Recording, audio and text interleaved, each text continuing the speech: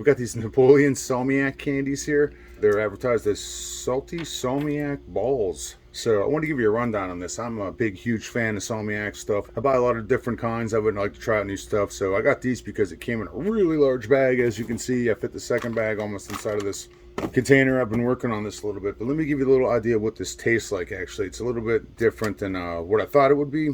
Normally I associate Salmiak with salty licorice. This does not have a licorice flavor to it. You can see they come individually wrapped, and this basically, when you unwrap it, it's just a little ball here, but it's a caramel flavor with Salmiak inside, and they last a really long time. And as you work your way through it, there's a powder inside, a Salmiak powder. It's kind of almost like a sour slash Salmiak powder, but I can definitely taste the Salmiak in there, which is what I like.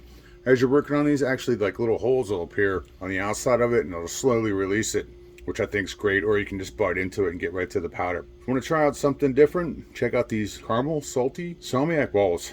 Check them out.